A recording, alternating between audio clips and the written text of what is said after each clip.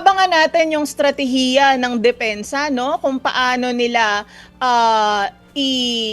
what do you call this? Babasagin yung credibility even ang testimony ni Attorney Wamil, no? Kasi tayo sa batas, kapag isa kang public official or officer na ginagawa mo yung trabaho mo, may presumption of regularity in the performance of duty ka. So, pinagtatangi ng batas na ginawa mo yung trabaho mo legally and in good faith. So, abangan natin paano babasagin yung credibility or testimonya ni Mr. Wamil or ni Attorney Wamil ng depensa. Ito ba ay ang gagawin ba ng depensa?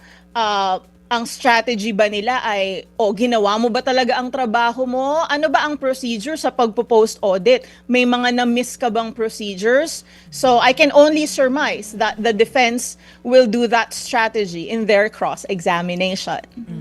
Kanina napag-usapan namin na actually personally nabore ako today kasi puro very serious, puro numbers, Puro auditing. receipts, auditing, ganon. So baka I'm sure hindi naman ganito the rest of the days, no?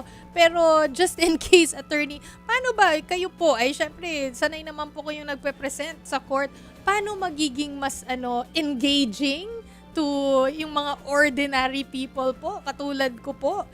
Itong pagpe-present ng mga ebidensyang ganito sa impeachment trial? Sa loob po ng korte, no, very technical po talaga kami, and we speak, of course, primarily in English.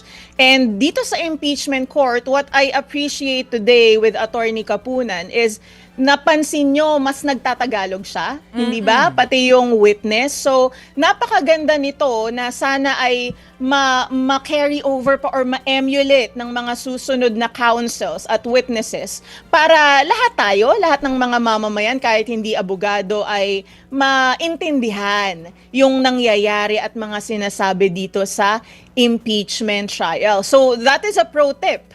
I mean, mas magtagalog kayo, mas pasimplihin nyo. At gaya ng ginawa ni Attorney Kapunan, kung makikita nyo po, meron silang PowerPoint, no?